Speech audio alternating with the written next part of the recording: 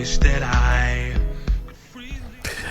All right, welcome back to At the Round Table with Mamley. I'm your host, Larry Ellison. Like I said, Dr. Bradley is off today. He is working hard at home. He is really taking a checkup from the neck up at home today. Got the honey-do list out. So if you want to give us a call here, the call-in number here, 617-282-0685. 617-282-0685 is a call-in number.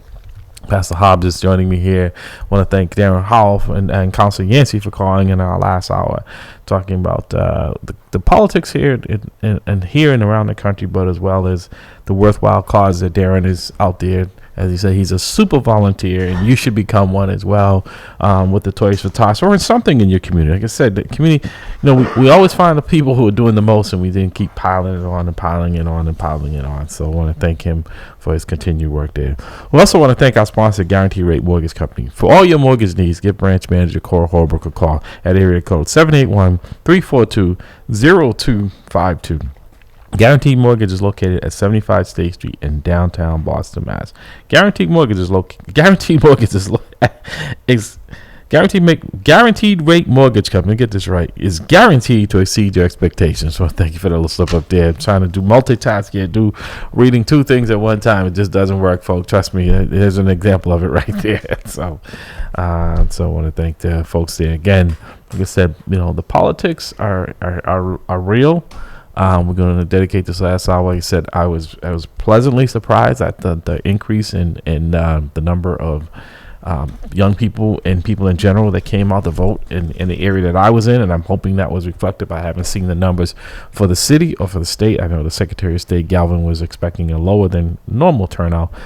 And there was something, I think, that was not captured in the polling, because around the country, the pollsters got it wrong, where young people showed up and showed out. A lot of women showed up about, the Dow decision and how that's going to affect their rights to choose what to do with their bodies. So there were a lot of things that weren't factored in and could not be extracted in the pollsters. So I'm glad to see folks coming out and making their voice heard. And I think it's going to shake things up a little bit that, whatever side that you're on, that you're going to make sure that people understand that you don't want to deal with that, and yet you have a voice and you're going to use it, and you want to be heard. So we're going to continue to try to do that. Like I said, there's election coming up. I know there's a projected winner for Arizona, Senator Kelly, the incumbent Democrat, so that we're at a 49-49 based on a projection of Senate, and need one more on the Democratic side I'll give them the advantage, because even if Georgia is not decided, won't be decided until after December 6th, actually, that it won't matter as much. It will still matter, don't get me wrong, but it won't matter as much, because then the vice president, who is the president of the Senate by Constitution, will have the deciding casting vote, and that is Kamala Harris. So if you have an evenly divided Senate, technically and constitutionally, the Democrats are in control of the Senate. So the Congress looks like, still not, it's looking better for Republicans right now, but it's close. It's not this red wave that people were expecting. In fact, you see a lot of disappointed folks there on the Republican side of the aisle who thought this was going to be a wave of Republicans winning in a landslide, and that didn't happen. And luckily, it didn't happen. A lot of these deniers, because they weren't thinking about having anything to do with a fair election, just the election deniers, and that somehow everything, if they don't win, that's like a child. If they don't win, then it was rigged. If they didn't win, and like I said, their guy Trump, who their ride or die guy. And now he's taking his aims at some of the others who he feel may be his heir apparent, and he's going after his boy Ron DeSantis, as well as the Governor Duncan in Virginia, who are people now putting them up on a pedestal. So he tell folks, but Trump, you'll get a turn, and if he sees you as a threat, no matter how loyal you have been, he'll attach a name to you, start name calling you, and then he will come after you. So that's what he's doing now, and not surprising. So, like I said, you cannot be loyal to someone who has no loyalty. That said, good morning, caller. Welcome to the roundtable. Detective Larry Allison. Yes. Dickey Cambone. Good. Good morning, Siddiqui. How are you? Okay. How is it you and Dr. Fleming always chuckle when you hear my name? What's that about? Oh, it just brings that out of us, you know. I noticed. I actually called in, Larry, with a PSA. Yes. Well, what's going on here around violence in the streets and what steps needed to be taken to, in fact, do what's necessary to stem the tide of the violence. So anyhow, the one thing that we've put out here is that black men have to step up in terms of what has to be done to secure our neighborhood. Yeah. So recently, in terms of the Black Information Center, we convened a meeting called Black Men Defend. That was held at the Nubian Library in Nubian Square. Yeah. So what it is that we're convening Black Men Defend Meeting 2 on Wednesday, November 16th at 6 o'clock p.m. at the Revix Lab, which is at 2379 Washington Street, basically just about next door to the Silver Slipper restaurant. And so we're encouraging brothers to come on out, and this is not just a talk, but it's about how we can pull all the different factions together and say, what can we do to be able to actually get out here in the street? Not to do a press conference or, to just get out here and criticize the mayor and the police commissioner. That can be done, but that's not what needs to be done when it comes to what we have to do. So, for myself, in the terms of the Black Information Center, we've done Soul Patrol for Peace, because a lot of young folks say, Soul Patrol, and also Brothers for Peace. So my days of patrolling the neighborhood at 11 at night, midnight, is over, but we're making a call for the younger brothers to come on out and grab the baton. So, just speaking of that, Sadiq, let me ask you, has there been any effort to consolidate these efforts? Because, I hear of a lot of meetings. Kevin Peterson has had several. He has one more scheduled, I believe, either this week or next week up in Mattapan. He's had one. And I know other community stakeholders has there been any effort for folks to consolidate? Because here's the problem I see with all of these, honestly, is that folks don't have an unlimited amount of time, including myself. I want to be helpful, but I want to also make sure that it's being productive. And I just can't be everywhere. Like I said, with the patrolling, it would be difficult for those of us in law enforcement to be there because people wouldn't be able to differentiate between us being on duty and actually we're not off duty. So anything that happened that was, criminal, any criminal nature, we would be expected to respond. So that wouldn't be helpful, but we would want to be helpful in some way and either organizing this in some way in that manner. But there are so many that are taking place and there's so few people. How do we get everyone, or as many people as we can, consolidated in the efforts that you make? I think they're all great efforts, but there just seem to be so many of them. Well, let me just say that, first of all, I was operating under the assumption that, young brothers was going to step up in terms of the work that needed to be done. Fool's errand, huh? And so what happened was that I was starting to get calls from sisters saying, what's going to happen, because of the fact that, all the words was press conferences and verbal criticism, but no real activism. So in terms of laying the groundwork for Black Men Defend, we weren't aware of anything going on. We were doing this based on the fact that there seemed to be a vacuum out there. And so essentially we've been planning for months. Also, shortly after what happened with Gene McGuire, after I got all these calls, because my whole thing was, well, I want to see what the young brothers are going to do. So anyhow, I've made it very clear at the first meeting that, I have a plan that I put out there, and I said, but the expectation is that, I said, you younger brothers that are here, and the more that we, in fact, So what has been the response from that segment, that population? Well, let me just say that we had a very good turnout for that first meeting, and I've heard that about a lot of them. The turnout it's the. Well, let me just say this from the perspective of community security. I haven't heard about a lot of meetings. I've seen press conferences.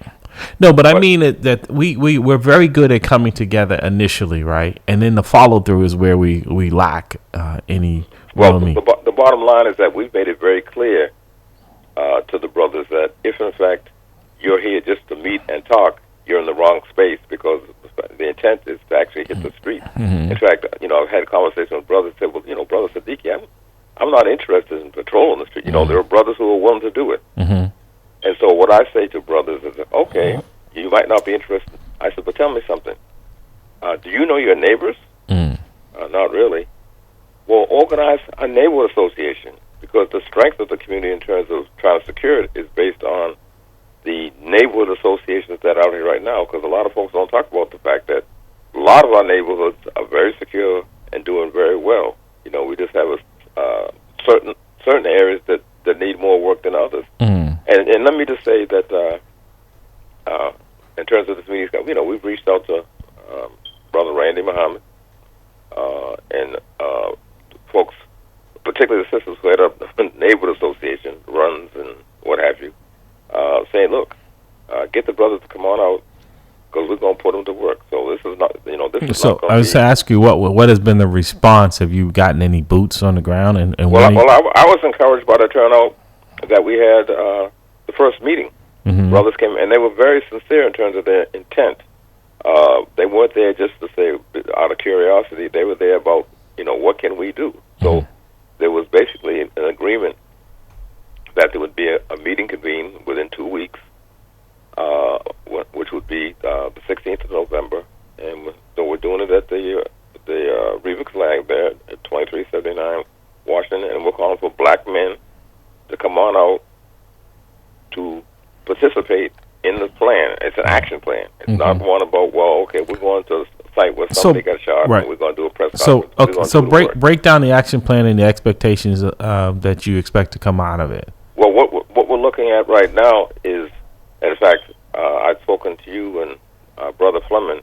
We're looking to have sector locations, so that it won't be a matter of, okay, we met 2 weeks ago, and let's see what happens. No, what it is that we want to have locations so that folks understand that they can have access to a sector wherein they can work with folks in their immediate area, versus saying, okay, you're on Columbia Road, we want you to go down to Norfolk Street. No, we don't want that. We want to have specific locations. That's why I want to talk to you, because remember I'd asked you. Right. No, I've been, and I apologize. Like I said, it's you watching the news. You know exactly. Where we've been. I mean, Larry, you don't have to defend yourself. No. I'm just saying it's that's why I say that I want to be helpful, but I want to be useful with my time, and I'm not. This is not anything against you. It's just that I need to be specific about what it is I can and cannot engage. Right. Well, that's why I talked to you and Dr. Fleming. Yeah. Dr. Brad, I call him Fleming because I'm longtime friends. Yeah. But, we would like to have the Mamleo headquarters is one of our sector sites. Right. Where meetings could be convened there, headed up by sector coordinators who would have a list of names and emails of folks who would be working in that sector and constantly recruiting to get folks to do the work.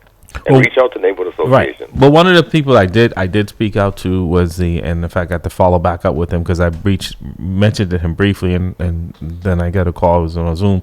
He's the current president of the retired members, the Nubian, and I pitched it at him, and it's something that they're interested because they don't have the same restraints that we do, and they're what's the group again, Larry? The Nubians. I'm not familiar with them. They formed about maybe 8 years ago. So they're an extension of Mainland, but they are retired officers. Okay, I get you. Right, and the reason why we thought it was a good idea initially to bring them on, and still, is because they are very familiar with the communities. They're very familiar with the policy, but they don't have the restraints that those of us who are active duty Understood. They can go out and they don't have a boss any longer. I shouldn't say a boss, but they don't have the ties to the police department that restricts their movement somewhat. So we have a flyer, another flyer coming off this weekend. Of course, you'll be a recipient to invite them. We're reaching out to motorcycle clubs. We're reaching out to everybody with the understanding that I tell the young brothers, y'all got to do this. Yeah.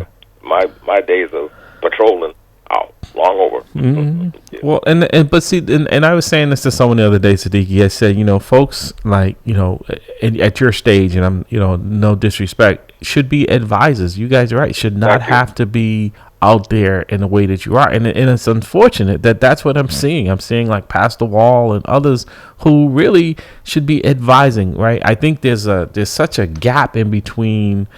My era and even reaching back, because I'm like, wow, I still have some energy in me, but I'm saying I look back and I'm like, I'm optimistic. I'm at the leadership with Mamleo, but I'm looking at other in city government and other areas where we had a team, a collaboration. I'm seeing huge gaps and huge holes of people who want to get involved, other than if it personally. Well, I understand what you're saying, because I think it's interesting that wasn't too long ago, young folks would be constantly saying, well, it seems like the older folks who have those positions, they don't want to let go, they want to hold on to power, and blah, blah, blah. And I go, well, first of all, it's not about power. But the other thing, too, is, Larry, I'm constantly reaching out to younger folks. I know you are. And there seems to be a certain level of reluctance, too, to want to take on the magnitude of the responsibility that we've gone through the years. Right. But, like, for instance, like, Kwanzaa's getting ready to begin soon. And I handed off the Kwanzaa Committee, Boston Community Kwanzaa Committee Emeritus Chairman. I handed off Brother Europa and Sister Tode Lovely Hoffman. They're the co-chairs, doing an excellent job. Got some young people. We're trying to get a health clinic open there at Nubian Square, working on the library name, which is moving. And let me just say that when we talk about younger folks, I'm sure you've been around Sister, what's her name, Tanya Anderson, the city councilor. I'm telling you, Larry, man, that sister, you talk about, she just gives me encouragement based on her presence, the work that she's doing. Oh, I'm glad she's doing something there, because I tell you, I've not been impressed. I was watching her at a hearing the other day, and I know it was, she's got to advocate for a community, but I was talking about that earlier. I mean, I'm really kind of disappointed at our black elected officials in the council and their whole blanket indictment that all police officers are bad. I mean, I fight every day injustices inside, and that they just throw it out there. And when they have these issues with law enforcement, instead of having a sit down like Yancey and Turner and those folks used to do with those of us on the inside and getting our perspective, they just feel like we're part of the problem. And it's really disheartening. So I'm glad you have something good to say about him, because I don't. Okay, well, let me just say, she's been a strong advocate for a lot of the work, and I'm glad to hear that. Yeah. And let me just say this, Larry, that I've been called anti-police. I said, look, I'm just anti-wrongdoing. Right. But that's Siddiqui. But there's a difference, though, right? Like I said, you you engage, just like Jamal engages, right? People thought he was anti-police, right? And it's not like exactly. You guys are anti-bad behavior, and so are we. And that's what I'm saying. They don't have that same attitude. Like, they don't even want to engage you. They just feel like you're part of the problem, and that's the difference between you guys and this new regime. Is that anything that is law enforcement, regardless of what your package, then you are part of the problem. Well, that's interesting, because I've been in several meetings around Tanya Anderson, and she is, just to the point that I've been around her, she has not made any statement condemning the police overall. Maybe she's done that. I don't know, but I haven't heard her do that. We're in meetings, and when we talk, when she brings up the issue around safety in the neighborhoods, and about what has to be done, working in conjunction with the police. Right. So I haven't heard her say anything negative about the police. But I just want to make that point that That's just the. No, I'm glad It's it's working for you. encouragement. No, I'm glad to hear that. Like I said, that's encouraging, and I mean, I'm hoping that some of the other younger folks who are on the council or up in the state house, because there was a time, Larry, where you could call the state house or call the council, yeah. and someone would be on it right away. But that's what I'm talking about, Siddiqui. That's what this is what you. This is what I'm saying. This is not a reinvention of the wheel, but this is exactly what I was speaking to a minute ago. We had folks in all of these outlets, right? We don't have that now. We don't have that now. We have. I'm telling you, when I see these city councils, you have to watch one of them, Siddiqui. It's like watching a bad version of Jerry Springer. No, I've only seen one council hearing, but that was around the redistricting piece that they're kind of ugly in there. I mean the one that they had recently, the Arroyo one. They saw that with the news that got viral, and then the one they just had recently about flagmen they had it at the public school, Boston Public School building there down in Nubian Square.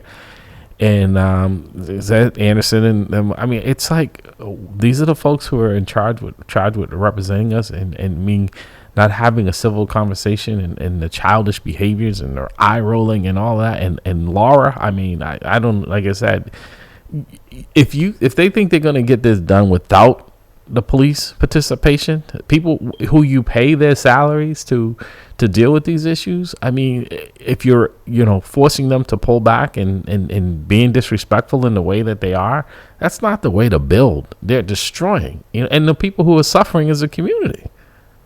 I guess maybe I haven't been in tune what's going on. I just haven't picked up that flavor. No, because you don't wear a badge.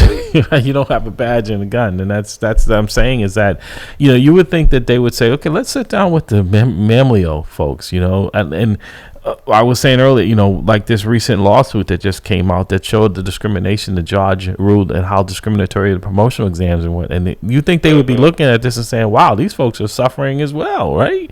They've been fighting it from the inside. Now we kind of have a better idea on what some of the problems, what they're going through. Maybe we should sit down with them. This is what Counselor Turner and Counselor Yancey folks did in the past, and we kind of got away from that, honestly, with our city councilors, that they would reach out to those of us in city government who were of color and say, what is it really like, and get a perspective instead of just casting this wide net that we're all bad people.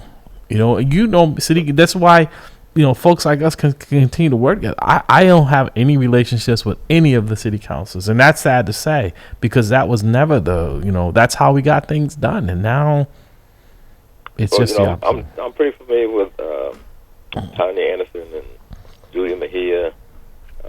Not that I don't know that much about Ricardo, but my suggestion would be to try to arrange a meeting with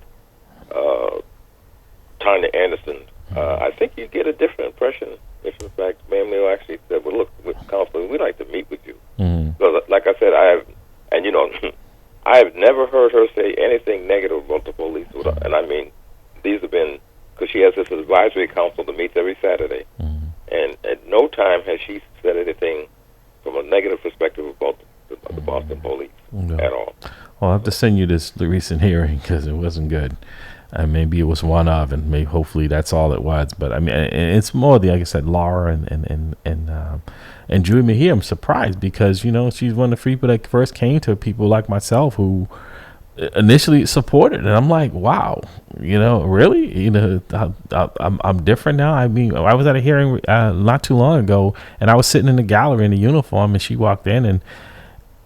I waved at her and she just ignored me. And then when she finally realized it was somebody that she knew me, but it shouldn't have taken that for her, for me, a friendly wave that she just didn't want anything to do with me because of the uniform. Then she recognized, oh, it's Larry.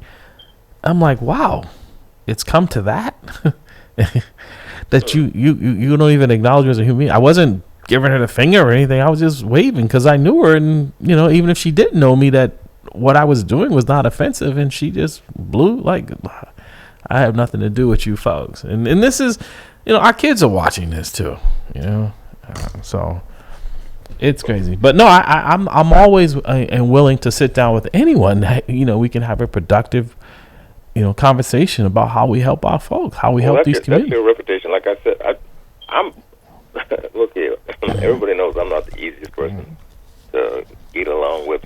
It's all about how productive you are. And let me just say that my suggestion would be that Manuel sit down with a couple of the councilors, including Tanya Anderson, and have a discussion, because, like I said, she's about action and improving the quality of life with black folk in the community. Cool. I wouldn't be saying that if I didn't feel that way based on what she. No, and that's why I said I'm encouraged by what you're saying, because I've been seeing just the opposite in these public arenas, and I don't know if it's just feeding off of the other folks in there that are have this adversarial relationship that they want to have with law enforcement. It's really sad.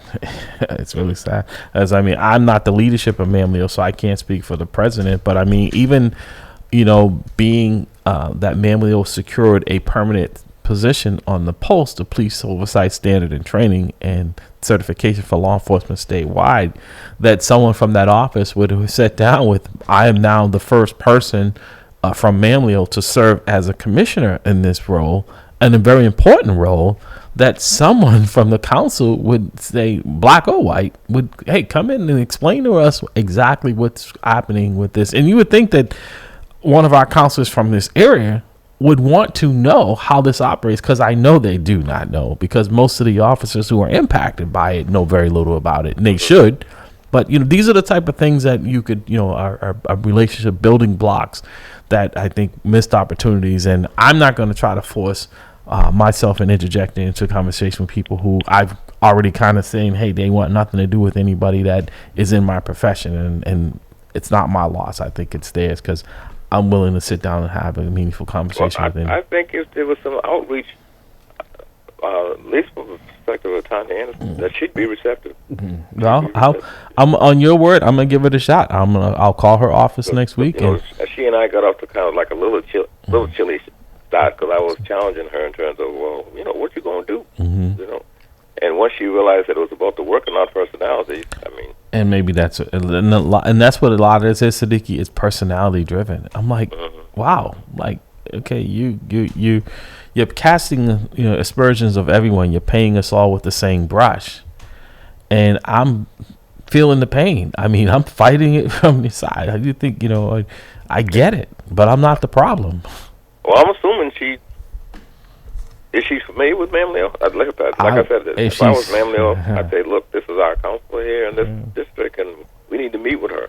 Yeah, I don't think she's put it out there. Yeah, she's not the counselor for Mamleo. I think Orrell is the counselor for that area where our office is located. But still, like I said, it just seems to be this pack of attack, and it's not really yielding anything beneficial, because, like I said, the community suffers when they don't hear from folks like us could be helpful about internal things that need to be addressed. We don't bring them. We used to bring these issues to Yancey and Turner. They'd had hearings on these things, and like what just came out a couple of weeks ago. As a matter of fact, as a result of that, the state has canceled the lawsuit that we won, has canceled the upcoming fire promotional exam, because they know it's based on the same thing, that they would be looking at this and saying, okay, because if this is the practice, and the judge is saying it's been going on for so long, and our kids are struggling in schools, so they're going to have to take these same exams if they want to replace these folks. We need to fix this to give our kids an advantage. A chance, I should say, to be, if they want these jobs, right? But crickets. And this is what I'm saying, is that education is powerful, and they just seem to be ignoring it. So, like I said, I'm open to having a conversation with anyone. I will, on your suggestion, reach out to her office, not on behalf of Mamleo, but in my position, and offer to sit She'll down. Do it. to sit down. She's quite a person. With her. No, I'm glad to hear, because, like I said, what I've seen is I've not been impressed with any of them, honestly. And it just seems to be this, and even amongst themselves, you can tell there's a division. It's on racial lines, and in the council, you can see it. Like the meeting the other day, I was watching on TV, but you could cut it with a knife even through the television. That was like, that took me back to the day. Like with Jim Kelly. Right. Folks like that. I mean, times Jim Kelly came up to me and said, "Well, how much he didn't like me. He didn't even know me." And I said, so he said, someday, he said, we're going to get together. And I said, we can do that right now. So then, and folks got between us. But I mean, what I see right now is kind of mellow in comparison to what went on back in the day. But it is, but it's ratcheting up, and my fear is that I'm telling you, there's a lot of emotion, and someone's gonna, it's just a matter of time, because again, I'm hearing folks in the community, even when they were at this hearing, and they were felt like they were because of the law enforcement presence in the room. It should never be that we can't be occupy the same space and feel like you can't exhibit your true feelings and your words.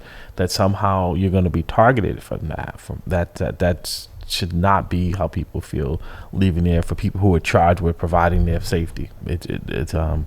And I don't think that's the case for the vast majority of police officers. Yep. But that's the feeling that people left that room with, and that was really sad. And a lot of that was, like I said, it was both sides. Both sides exhibited their behavior awful. I mean, I watched it and I was appalled for both sides, and I'm like, wow, this is the instability that we've come to, and that our young people are emulating this. This is how we deal with conflict, disagreements, is to attack. It's just sad.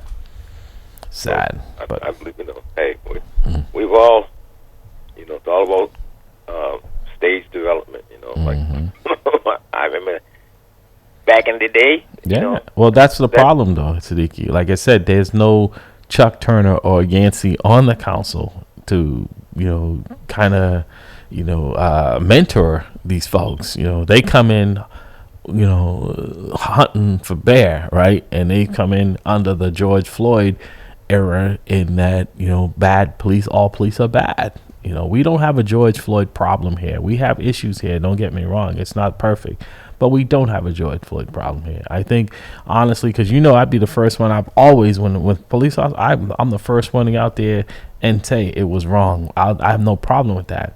But I work with a lot of good people, and I see in a lot of instances where officers could have taken alternative action. They show a lot of restraint. And that doesn't get talked about. So that's why I cannot allow folks to paint everyone here with this broad brush. I think it's more about the police infrastructure in terms of, rather than about individuals in terms of, what it represents historically. That's true. I think that's what impacts people. Absolutely. But that's what I'm saying. You can't have that approach where you're, again, the broad brush, right? Instead of, a part of that is we got away from working with them and identifying who are the people that we can work with and getting those folks elevated into those positions, right? Like we had with Billy Celester and them, right? That was, folks know who they are. Now folks barely know who their leaders are, their commanders are in their areas, So if you don't build those type of relationships, you're less likely to communicate with those folks. That's just, that's just old school, but it worked. Well, that's it. I'd say it's just a matter of being optimistic. Sure. But the other thing too is that goes both ways in terms of the folks who in fact they know who the quote unquote leadership is, but reach out to them and say, look, we need to have a talk. I'm all for it. Like I said, I'll reach out to her office. And she'll trust me. She will meet with you. All right. Okay. So, but I'm gonna send you this flyer. Okay. We call for brothers to come on out the 16th. All right. 6 o'clock. Okay. Lab, 2379 Washington Street, right down there by the Silver Slipper restaurant. And we're gonna get these young brothers to get to work. All right. Put them and to hand work. it off. Pass the baton, right? It's a marathon, not a sprint, right? These young folks, they crack me up, Larry, in terms of because I'm aggressively been doing it and still doing it. You know what I'm saying? In terms of whether it be the information center or issue around the health clinic or whatever. Yeah. And for some of them, it's like, Man, why is he coming at us so hard with this? I said, oh, no. That's what I'm supposed to do. There's a sense of urgency, and we don't have a lot of time. So, Yes, sir. You know. All right, Siggy. Thank you, sir. Always, you have a voice here, so anytime you need to get something out to the community, we're more than happy to give you the time to do so. And Brother Fleming the Flyer. All right. Sounds good. Thank you, sir. All right, Siddiqui Cambone. He's out there still doing the work, putting the work in. You're listening to At the Round Table with Mamley. I'm your host, Larry Ellison.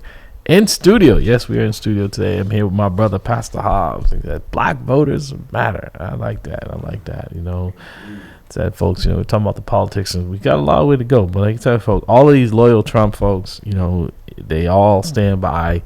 And I tell him, when you come, you'll get a turn. Now he's turning his sights on his disciples, who he thinks are disciples, Ron DeSantis and others who are being cast above him. He can't take it. It's killing him. So this little piece I'm going to play, I was going to send it to Pastor Hobbs, but I'm going to play from Inside Edition, and Trump describing his new target, the governor from Florida, because he had such a good night and Trump didn't. Today that he'll be going ahead with a major announcement on Tuesday. Now, unlike 2015, he will not be coming down the escalator here at Trump Tower. Instead, he'll be at Mar-a-Lago at 9 p.m., despite many Republicans telling him to hold off. And it's now being reported that some key Trump family members want no part in another run for the White House. Ivanka Trump and Jared Kushner, her husband, have no intention of returning should there be a second campaign. They have very little interest in anything to do with Washington or the White House at this stage in their lives. Don Jr. and his girlfriend Kimberly Guilfoyle are said to be all in on a 2024 run. Eric Trump and his wife Laura are also likely to take key roles. But Melania reportedly has little interest in returning to the White House. By all accounts here, Melania is furious at Donald Trump, her husband. Does Melania want him to run for president again? Does she want him to run? The answer is no. Is she furious? I'm sure she is. Does Donald care? Absolutely not. Well, there you have it, folks. Donald Trump in prime time Tuesday night, I believe it is. He's scheduled, like from what they're saying, and all indications that he's going to run. Who's he running against? The Republicans and common sense. Neither one of them are going to help him out. You know, like I said, he's getting a taste of his own medicine, though, because he has never been loyal to anyone. And I think now they realize that he's not the winning ticket as long as he had control. Yes, he has control of his base. But his base does not win in national elections. His base does not win when it's a statewide election. It's very rare that they can muster up enough people. So you're starting to see the defections, you know, in Fox News and some of the other folks who were diehard. Because, like I said, they can't make money off a loser. You know, if he's not winning, he's not going to get the attention. And that's what Trump wants the most, is attention. And now he sees other people like Ron DeSantis in Florida and the governor of Virginia, Duncan, who are getting more attention than him, and he's being labeled as a loser. You know, they call The Biggest Loser. Now that was a show. Now they're labeling as Trump Humpty Dumpty and all the names. He can't stand it. You know, I mean, imagine him today at his daughter's wedding, and it's not about her big day. It is about him being angry. You know, the angry dad. You want to be married? You want to be marrying into that family? I wouldn't want to. Like I said, you know, his daughter Ivanka and him said they've had enough. They don't want it. I mean, with all the criminal investigations, he's going to be too busy with that. And I believe that's a big reason why he wants to run, because he thinks it's going to give him cover from being indicted and being investigated if he's a candidate. Nah, this all happened before. You know, you don't get to cover up your crimes because you want to run for president so that you can avoid criminal prosecution. I mean, it's just crazy, or a criminal enterprise. And the sad part is that there are a lot of people out there that still support this. You know, I mean, that says something about the character of folks that are flawed. Because Donald Trump is not, you know, you see all of the Christians out there and the folks who are staunch, you know, people who have all these rights that they say that they're into, you know, born evangelists and all. I mean, it's just so phony. You know, how can you say that and support someone like that? How can you say that and support Herschel Walker? You know, you talk about, oh, well, you know, we're anti-abortion, and every time you turn around, there's another woman coming by saying, yeah, Herschel Walker paid for my abortion. I mean, now he's saying he's against it. Oh, yeah, believe that. I got some swampland for you as well. 617-282-0685. 617-282-0685 is the caller number here. Like I said, folks, it's getting down to the wire here where looks like Arizona in the Senate seat is going to go to Mark Kelly. So we're right now at this projected, we'll have a 49-49 Senate. And then it comes down to Arizona and Georgia. If Arizona goes to the Republican column for the Senate, we'll have Georgia will be on everyone's mind. As Ray Charles said, Georgia on my mind. Georgia will be on everyone's mind on December 6th. And they're talking about spending they spent $236 million, they said, on this current cycle just for the Senate race. The money that goes into politics, you think about that, Pastor Hobbs. You have a Senate seat that pays $174,000 a year, and you spend millions of dollars on it. What is that all about? It's about buying access, people. That's just crazy money.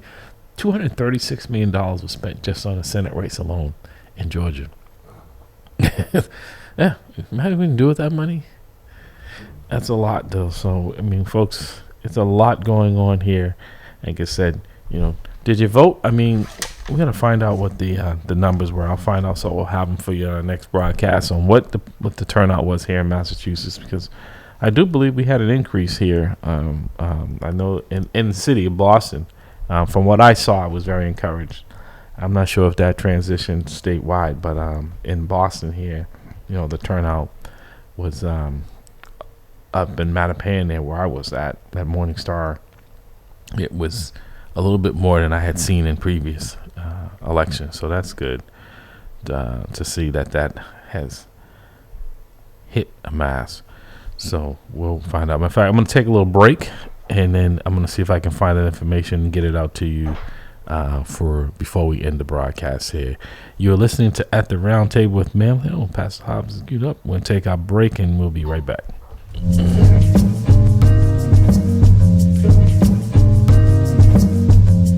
This is for the dreamers. They say I am a dreamer, 'cause I still believe that anything is possible as long as you work hard. Hustle real hard, hustle real hard. Hustle real hard, hustle So real if I never see ya, never get the chance to meet ya, no, I came up from the bottom, always rooting for the underdog. I wrote 300 songs in 1 year, Boogie will tell you I'm on it. I got unreleased songs for days, they don't want it. Eat any MC in the game, it ain't a challenge. If your music reflects who you are, then you's a coward. I can see through the lies, you ain't living what you spitting. If your money's so long, why your dog's in prison? Why your baby mom's stripping, why your mom's still living in that same broken home that you used to sell piffin'? You ain't gotta lie to me to sell me a track. You ain't gotta rock fake jewels or walk around strapped. I respect artists getting money, but love them for spitting crack. And the fact that one track can move a family out the trap. It's a dream for us lost souls brought up in the mix. I'm motivated by the artists coming out in my midst, and the artists that paved the way when I didn't exist. Music's a skyscraper, I'm just trying to add a couple bricks. This is for the dreamers. They say I am a dreamer, 'cause I still believe that anything is possible as long as you work hard. Hustle real hard, hustle real hard. Hustle real hard, hustle So real if I never see ya, never get the chance to meet ya, no, I came up from the bottom, always rooting for the underdog. I always dreamed I'd be on tour, instead of laying dealers on the floor, sitting in the hole, knowing I was meant for more. Swear money's its own addiction. Back then I lacked the vision, so every time I went to sleep it's like I woke back up in prison. To the brothers coming up, keep your nose in the books, ignore the looks, so you can give back what we took.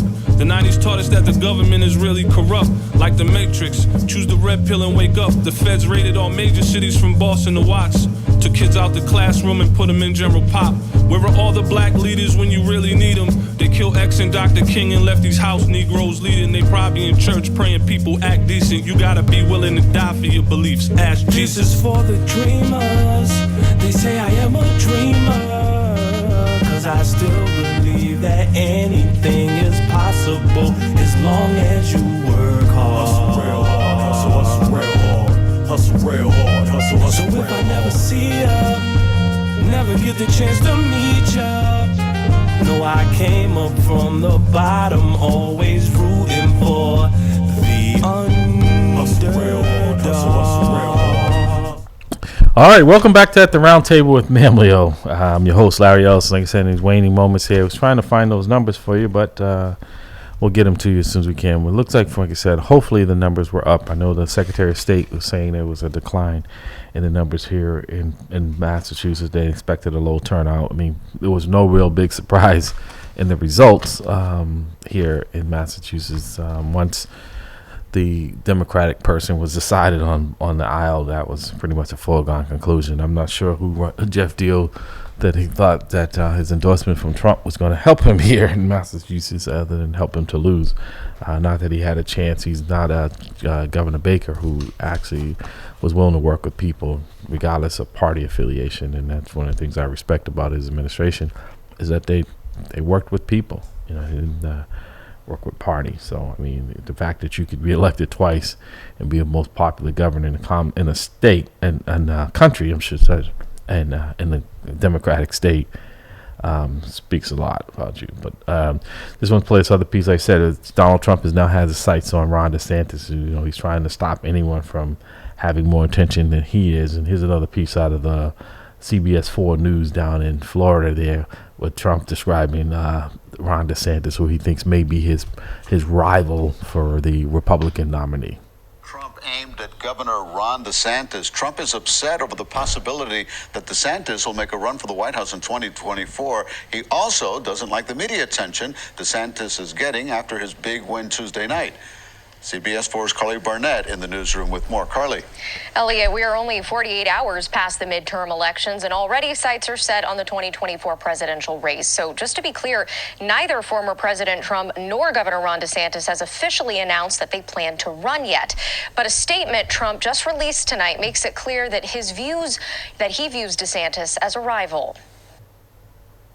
In a statement released by former President Donald Trump Thursday, he takes aim at Governor Ron DeSantis. He starts by referring to him as Ron DeSanctimonious, the nickname he coined last Saturday. Trump at 71, Ron DeSanctimonious at 10%. Then goes on to call him a, quote, average governor with great public relations. Part of the statement reads, Ron came to me in desperate shape in 2017. He was politically dead, losing in a landslide to a very good agriculture commissioner, Adam Putnam. Ron had low approval, bad polls, and no money. But he said if I would endorse him, he could win. I endorsed him. It was as though, to use a bad term, a nuclear weapon went off.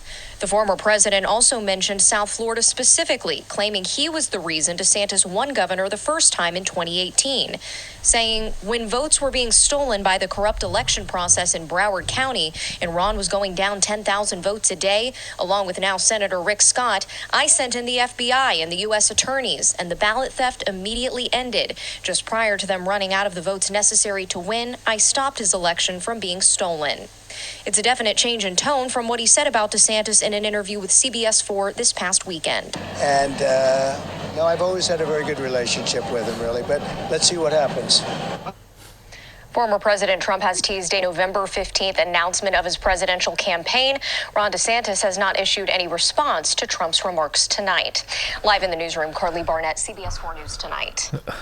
This is what your dishwasher looks like after. As you see, Donald Trump has no loyalty to anyone except Donald Trump. And he says, hey, look what happens in a week's time, right?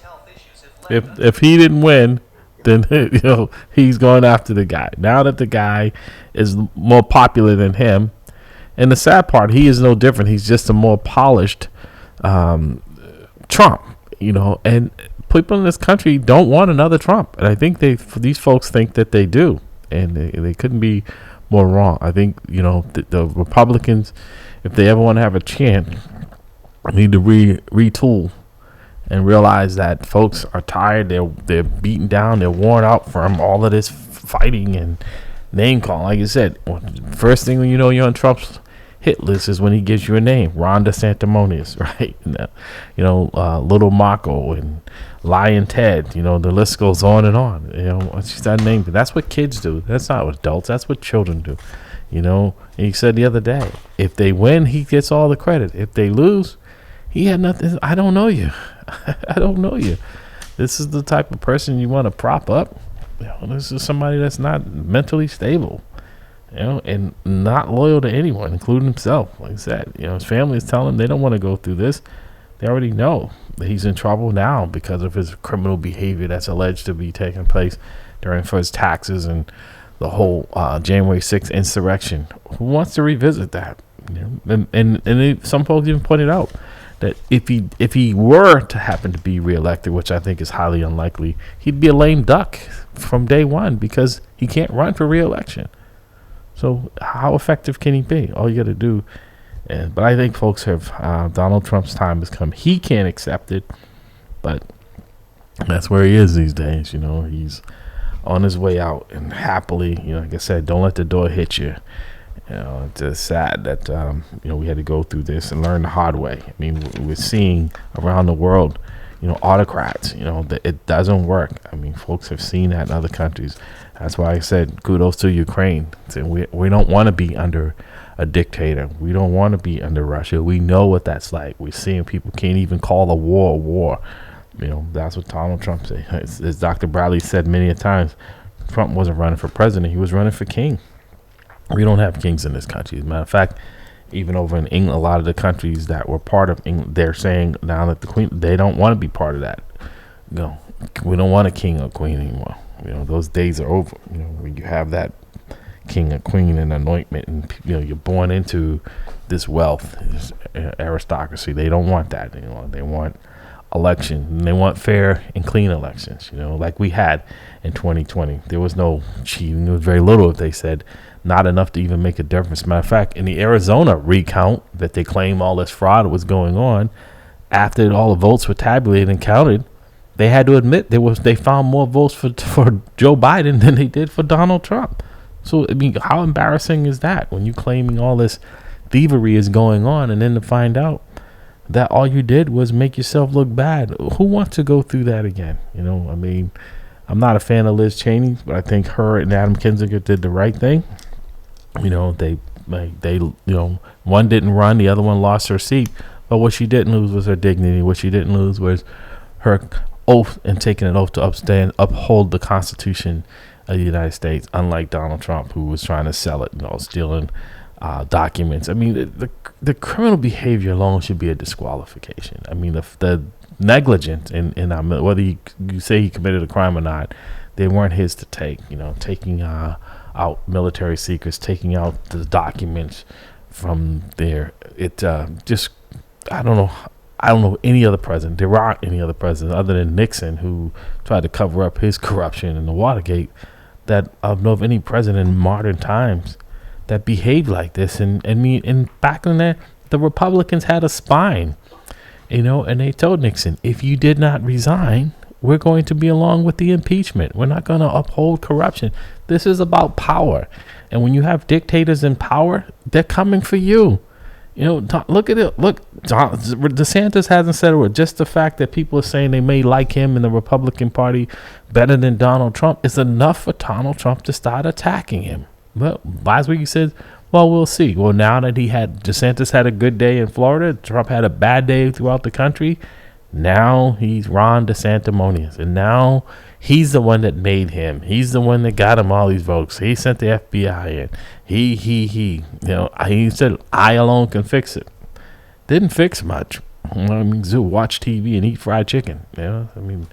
Drink Diet Cokes, and those didn't help him much. He didn't lose weight. But the fact that I think, his daughter, Ivanka, and his son-in-law, Jared, saying they don't want no part of this. They've had enough of their lives being disrupted, had enough of the damage to this country. He wants to be under that microscope again, and I hope he does run, because it'll be just another crushing defeat for the Republicans, and him is a drag on them, as they go into the 2024. They know that Donald Trump is not, he may help them in their primaries in safe areas where they don't have to run in a competitive election, where they've gerrymandered it, where it's only Republicans voting for that individual. But when they have to vote nationwide, statewide, they're in a little trouble, and they've seen that. So they're seeing the handwriting on the wall. You're seeing some of his flip-floppers, even they're flopping again. Lindsey Graham, Ted Cruz, they're flopping again. When you get Fox News and some of these other conservative newspapers coming out against you, Trump, calling you Humpty Dumpty, calling you and your daughter the bride in gloom. I mean, this is eating him up. Like I said, I think he's going to ruin his daughter's wedding today, because he is not going to have a smile on his face, because the hits just keep on coming, and if his health, a lot of his secretaries of state who were election deniers have lost their elections, because people are saying, we want our vote to count. We don't want someone in there who's going to decide who gets elected. We don't elect people to decide elections. We elect them for an office, but they don't get to determine. They don't get to count the votes the way they want to. That's not a democracy. This is not Russia. This is not North Korea.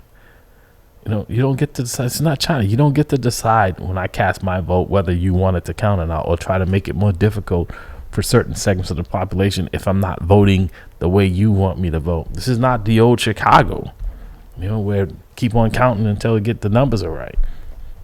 We don't operate like that here in this state. So we've got work to do, folks.